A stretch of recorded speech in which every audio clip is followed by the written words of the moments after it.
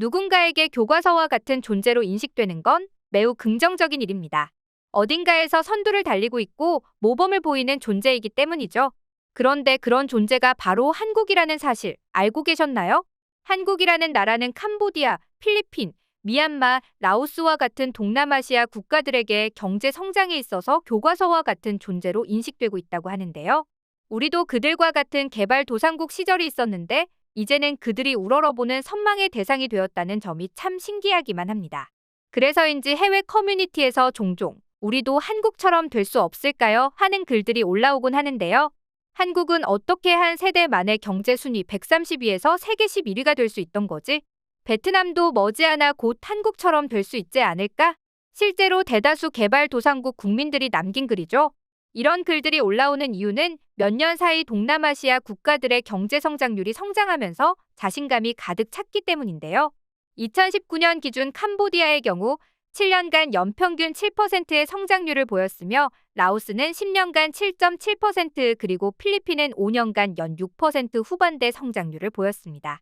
당시 세계 경제는 2~3%대로 저성장 국면에 들어간 상황에서 유일하게 아세안만 매년 3에서 7%로 높은 경제 성장률을 기록했기 때문에 전 세계가 주목하기도 했는데요. 이 때문에 삼성전자를 비롯해 전 세계 기업들이 베트남과 동남아국 가연합인 아세안에 진출해 새로운 경제 생태계를 구축하려고 시도하기도 했죠. 이러한 이유로 많은 동남아시아 국가들이 자신들도 한국처럼 될 수 없을까 하는 희망을 가슴에 품게 된 것입니다.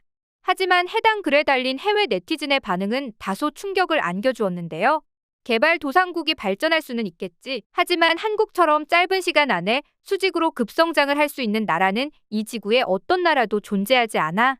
한국처럼 성장할 가능성이 있지 않냐는 질문에 단호하게 부정의 대답을 남긴 것입니다. 물론 베트남이 어느 정도 성장을 이루고 있는 것은 사실입니다. 베트남 경제 성장률은 계속해서 오르고 있으며 1인당 GDP 역시 상승 추세였기 때문이죠. 실제로 과거와 비교했을 때 엄청난 성장을 이루었습니다. 한편으로는 왜 자신만만했는지 이유를 알 것 같기도 합니다.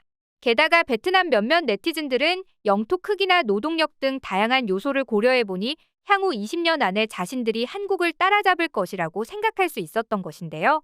하지만 그에 대한 해외 여론의 반응은 차갑습니다.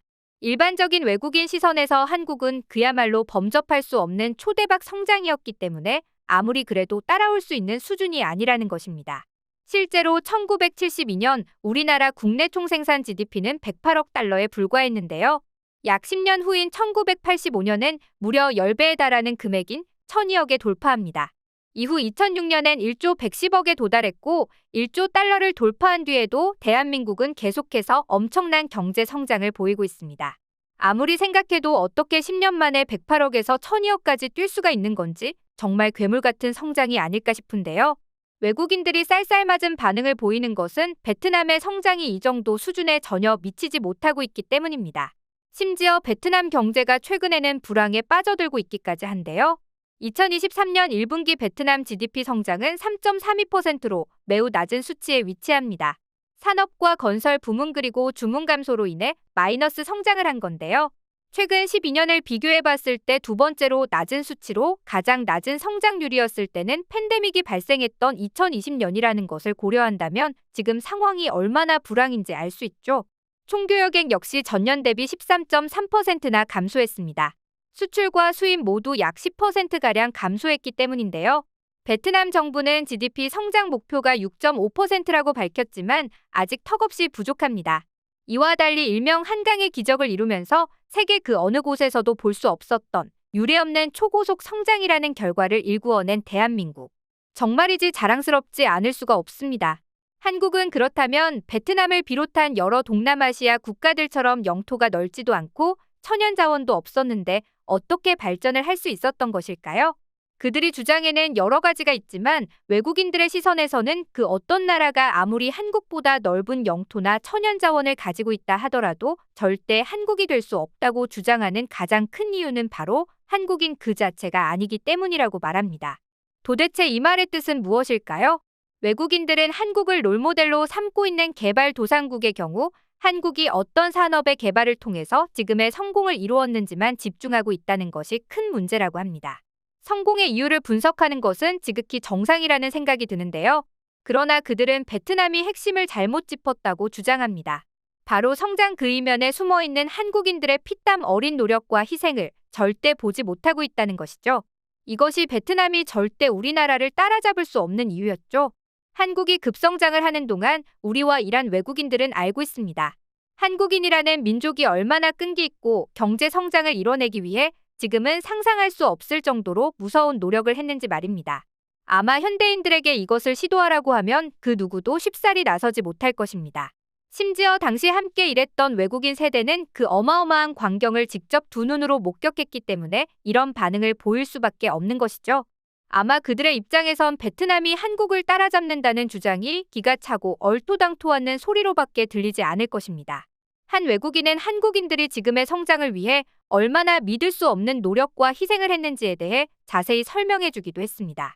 그를 요약하면 다음과 같은데요. 그 누구도 어떤 나라도 한국이 될 수는 없습니다. 그 상황에 놓여 있지 않았던 사람이기 때문에 다들 모르겠지만 대한민국이 현재의 경제 발전을 이루기까지는 수많은 희생이 있었습니다. 다른 나라들이 여러 사정으로 중동에서 철수할 때 한국인들은 그렇지 않았습니다. 여전히 돈을 벌기 위해 열악한 환경에서도 목숨 바쳐 일했습니다. 심지어 뜨거운 모래사막에서 열병으로 사망하거나 한국으로 돌아와 폐를 다쳐 숨지기도 하고 어선을 타다 폭풍 후에 운명을 달리하는 사람도 많이 보았었습니다. 또한 가난한 나라였기 때문에 선진국에 가서 일하면서 온갖 멸시를 당했음에도 이것을 꿋꿋이 견뎌낸 대단한 국가입니다. 이것을 들으니 왜 한국이 독보적이라고 하는지 아시겠죠? 한국은 단순히 경제 발전만 이룬 것이 아니라 수십 년 동안 차별과 경멸 그리고 경쟁을 극복한 나라입니다. 이 모든 것이 시너지를 발휘해 지금의 선진국 대한민국이 존재한다는 말이죠. 또 오로지 이런 희생만 있다고 해서 모두가 한국처럼 발전할 수 있는 것도 절대 아닙니다. 한국인들은 더 나은 미래를 위해 자신과 가족을 희생했고 아이들도 스스로 열심히 공부했습니다. 본인들의 국가가 잘 되기를 모두가 한마음 한뜻으로 간절히 바라며 국민 한 명 한 명이 최선을 다했다는 말입니다. 과연 베트남인들이 한국인들처럼 이 모든 걸 순식간에 해낼 수 있을까요? 저는 절대 불가능하다고 생각합니다. 단순히 막연한 애국심만으로 한국인들을 따라잡을 수 없을 것입니다. 해당 글쓴이의 말처럼 한국인들이 국가의 발전과 성장을 위해 얼마나 노력했는지를 생각하면 해외 네티즌들의 주장처럼 베트남이 한국처럼 될 수 없다는 말이 이해가 갑니다. 과거 한국은 지금의 북한보다도 못 사는 후진국이었지만 불과 6, 70년 만에 두 눈으로 믿지 못할 성장을 이뤄냈습니다. 아마도 그렇기 때문에 당시 한국보다 훨씬 잘 나갔던 베트남과 태국 등이 한국을 무시하는 경향이 어느 정도 남아있는 것도 사실이죠. 물론 현재는 그러한 국가들이 우리나라를 존경하고 교과서와 같은 존재로 인식하고 있지만 말입니다. 그래서 지금은 실제로 우리나라 역시 이 부분과 관련해 개발도상국에 많은 지원을 해주기도 하고 개발도상국가들은 한국의 성장 모델을 토대로 국가 발전을 계획하고 있기도 합니다. 팬데믹 당시 응우옌수 원폭 국가주석은 팬데믹 대응에 대한 한국의 지원과 한국 기업의 베트남 투자에 감사를 표했죠. 심지어 전략적 동반자 관계를 한 단계 도약하자는 제안까지 하면서 양국 관계의 격상을 희망했습니다. 진정으로 베트남이 한국과 같은 길을 걷고 싶다면 한국의 역사와 한국인들의 정신에 대해 많은 공부를 하고 진실된 깨달음을 얻어야 할 것입니다. 그리고 다시 한번 지금의 대한민국이 존재할 수 있도록 자신의 청춘과 한 몸을 바쳐주셨던 분들께 감사를 표하며 오늘의 영상 마칩니다.